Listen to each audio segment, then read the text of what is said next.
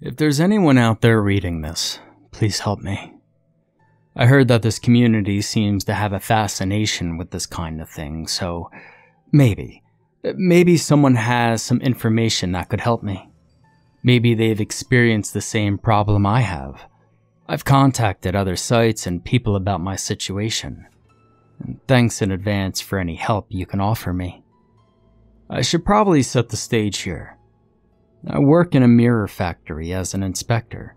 Most of the work in making a mirror is already automated, but it's always up to the human eye to determine whether or not a mirror's reflection is up to standards.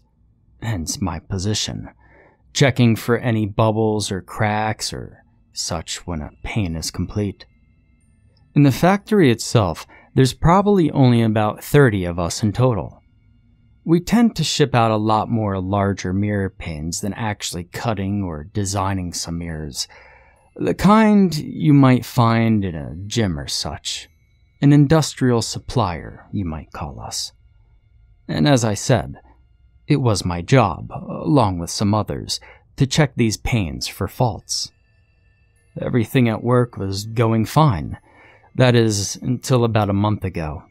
At that time, there had been a break-in during the night, for the first time since I had gotten my job over 2 years ago. But the weird thing about the break-in was that nothing was stolen and nothing was broken, save for one door's lock that led outside, leading to the security alarm's activation. The only thing that the intruder had seemingly done was open the silver vat. Mirrors are reflective thanks to silver, if you weren't aware, but the silver we use is already in liquid form. They must not have known that or just couldn't get any and decided to take off. Security footage was useless, as it was too dark to tell who it had been, or what discernible features they might have had that would give them away. Regardless, the police did their investigation and couldn't come up with anything. So my boss hired some security guards to keep watch during the night. Work continued as normal by day, but then, the very next night, there was another break-in. One of the guards was hospitalized, and though I never got to see him myself, word spread that his arm had been snapped in 3 places. The image was not pleasing to think about. This time, once again, nothing had been touched. But now, not even the silver vat had been opened. And just as before, there were no clues as to who had done it. Some of the workers became a little concerned, but my boss calmed them down and assured them that there was nothing to worry about, as it only happened during the night. Everyone just returned to their work, myself included, a bit skeptical of the safety of the factory. After the second incident, though, I began to notice something strange while doing my inspections. The mirror just didn't seem to be properly reflecting what was happening. One time, my friend Greg passed behind me while I was working and called my name. I turned to wave to him, but upon looking back, I thought my reflection waved a little longer, and it seemed to be waving at me. I shrugged it off as just a trick of the eye.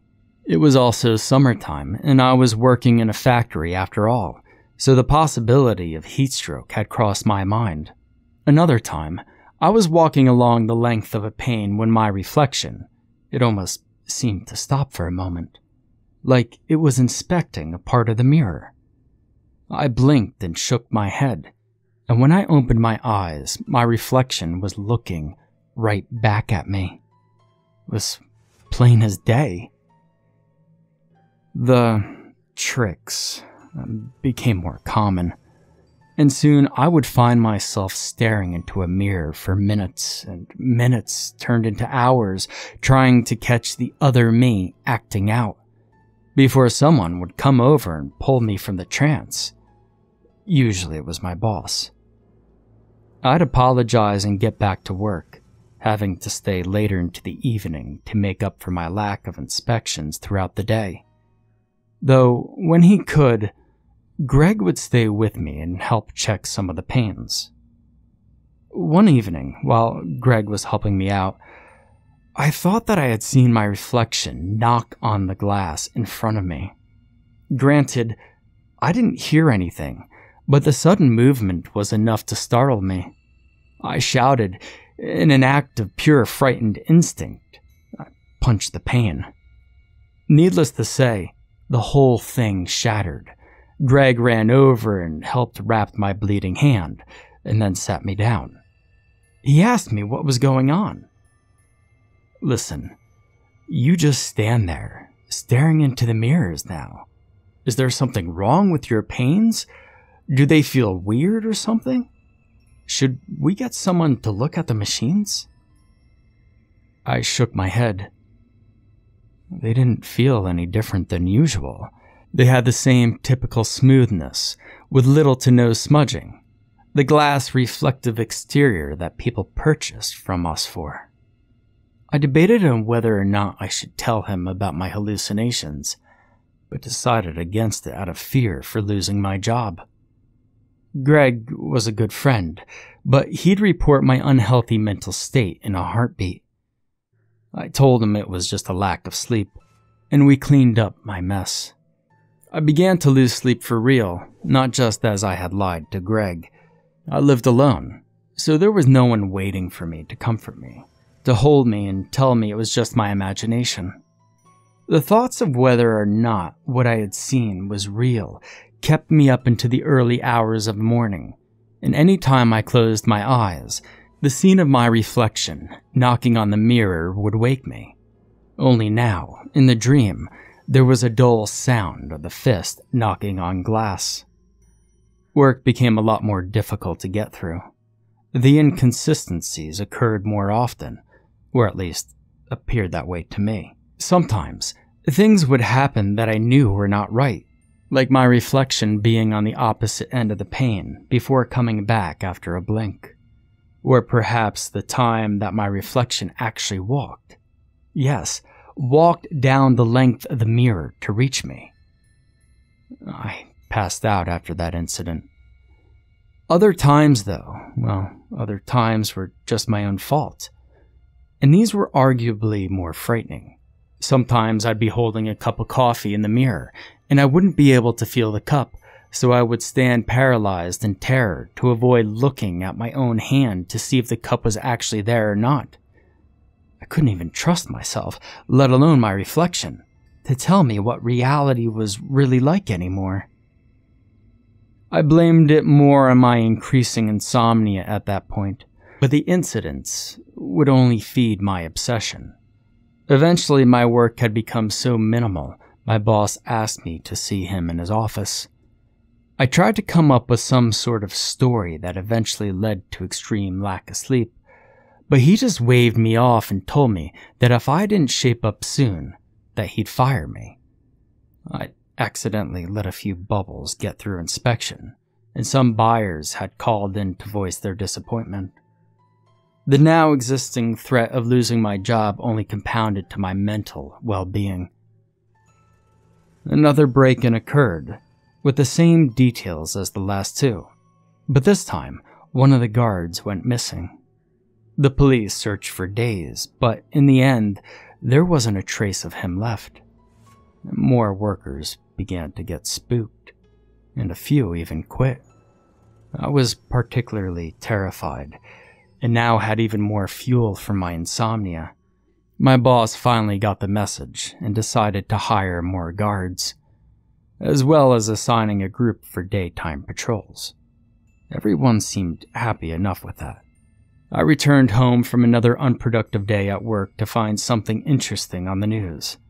Apparently, a suspect had been turned in regarding the first break-in at the factory. It turned out that it had been a teenage boy and his two friends who initially entered the factory, supposedly just out of curiosity, which meant they were up to no good. The other two boys had decided against breaking in at the last moment, but the third went through with the plan and snuck inside. The boys then explained that after their friend returned, he seemed very different. His behavior was more exaggerated than how he usually acted. Last night, the boy apparently attacked his friends, and after they had subdued him, they called the police. The third boy was still under interrogation and wouldn't answer a thing. I had no idea what could have possibly caused this boy to change in such a manner so quickly. After all, my behavior was changing over the course of a couple of days, not minutes. I shrugged it off and had another sleepless evening. A few days later, just 2 weeks after all of this strangeness started, there was a scream during work hours that pulled me out of my usual trance. It was in my area of the factory, so I rushed over to find the source of the scream. It was another co-worker of mine, Julian, and she was pointing at something, to which I turned and tried not to scream myself. Greg was dead, sprawled over a work table, with his neck cut open and broken pieces of mirror scattered all around him, floating in a pool of blood. The police returned, probably getting quite used to the place, and began asking questions. None of the guards or anyone in the factory had seen anything, but they had immediately responded to Julian's screams. Makes sense, as our group of inspectors were off in one corner of the factory, and none of us were particularly easy to see without coming right over to talk to us due to the mirror's reflections and the factory's machinery. We were all given time off until the investigation had been completed. I had hoped I would be able to make up for lost sleep, but of course that didn't happen. In fact, the image of Greg's corpse had burned into my mind, and every time I so much as blinked, there he was, his glazed-over eyes rolling towards the back of his head, the torn skin and muscle of his neck standing out in the memory. And since I couldn't sleep, I tried to get my mind off the weird things in my life by filling the time with gaming, mostly shooters. They were mindless and easy to play, and acted as a great stress reliever, especially when you could just mow down an entire enemy team of noobs. I'm getting sidetracked. Greg's death was eventually ruled as a suicide, seeing as how no one else was witness to a suspect, and the broken mirror suggested the tool used. But Greg was usually a very chipper and kind person. He never gave off the vibe that he would off himself like that.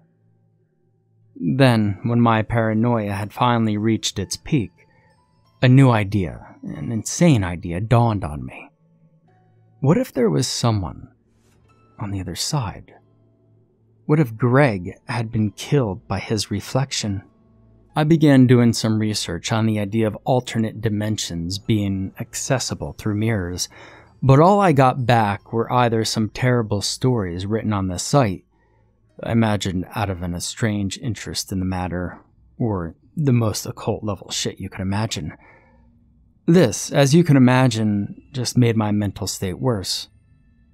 It was now a complete mess. I couldn't focus, and I was scared to stand in front of a mirror just out of the paranoid fear that the other me would reach out and switch places with me.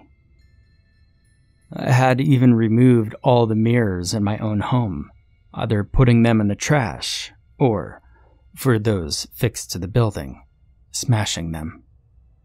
Rumors began spreading about me, whispers that I was having some kind of psychotic breakdown.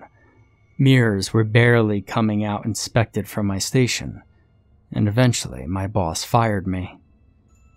Disheartened, I went home and turned on the TV to try and relax, as if I was cursed to be haunted by strange occurrences.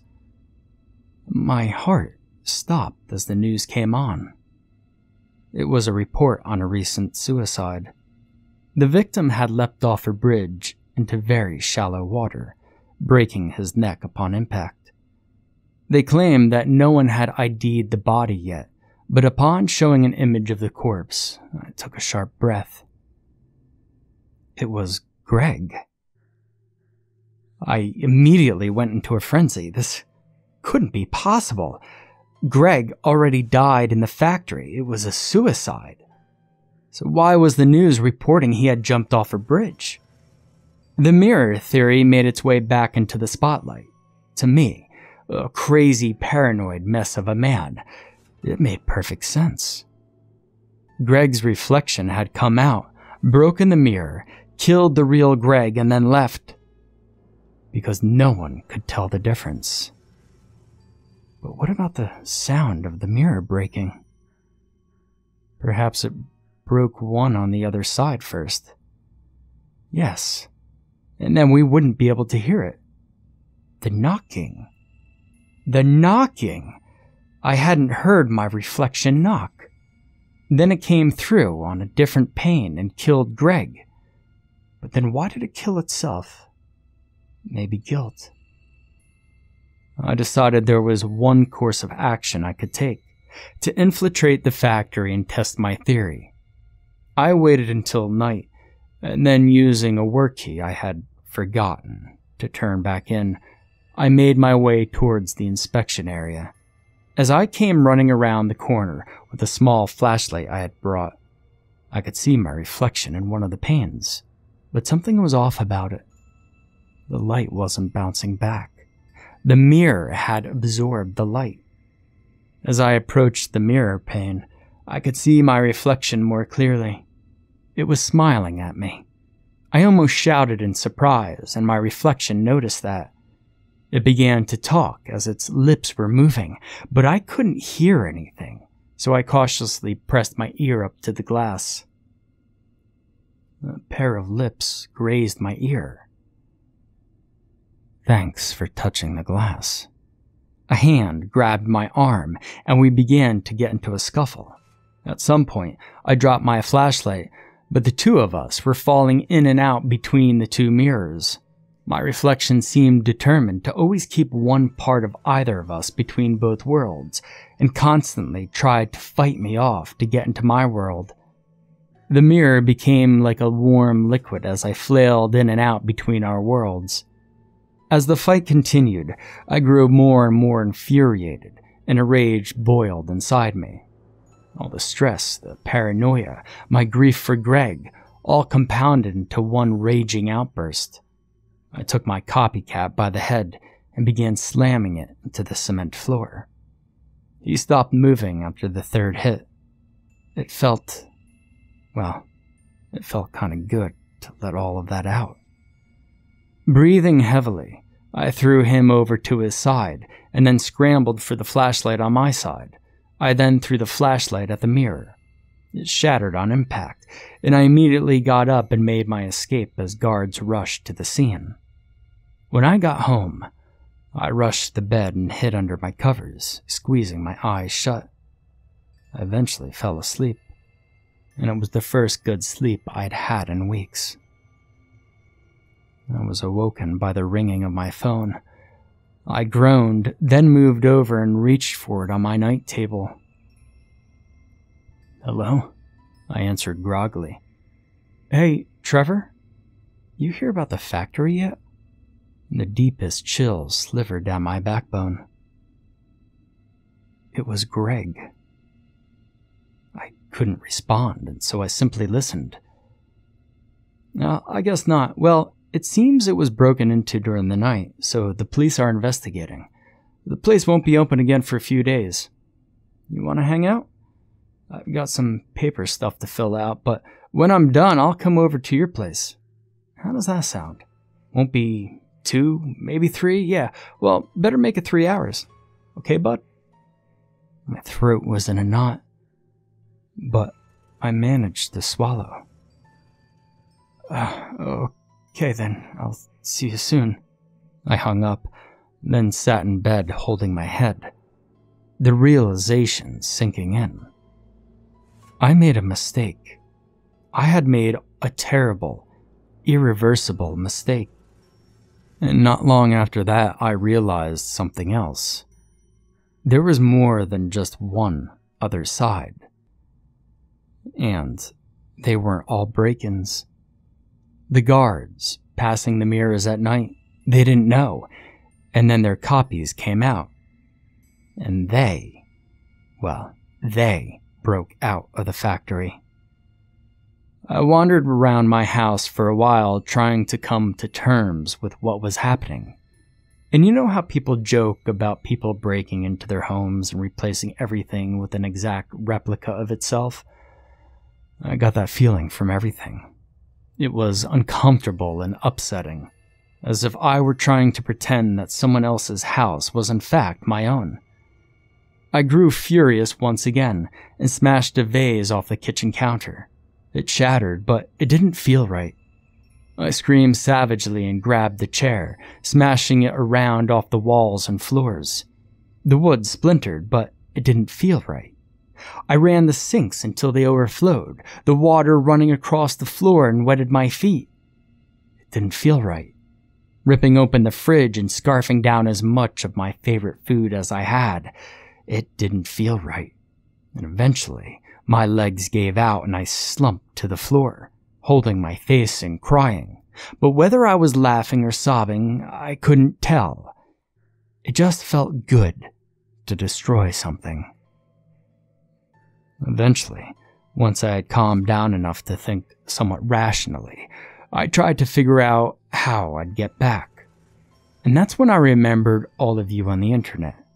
I turned on my computer and began writing this post. With that, we've come full circle, and now you know my story. But you see, as I was writing this, reliving these memories of a madman, I began to think, maybe being on your side isn't so bad. After all, they're not really my friends and family, they're just all copies. All of you are nothing but copies. I'm still feeling a little stressed out too. Maybe I'll have some fun on this side. Fun that I could never have over there. Maybe that's why the copies were coming through the mirror. They realized the truth too. They realized that through the looking glass, there wasn't a white rabbit, or talking caterpillars, or a redneck queen. There were 7 billion lives, 7 billion copies, which they could play with however they pleased. So no need to send me links on how to get back to my world or any of that nonsense. Just consider this message a warning. I have to go now. Greg will be over any minute. And this time, he's going to stay dead. Farewell.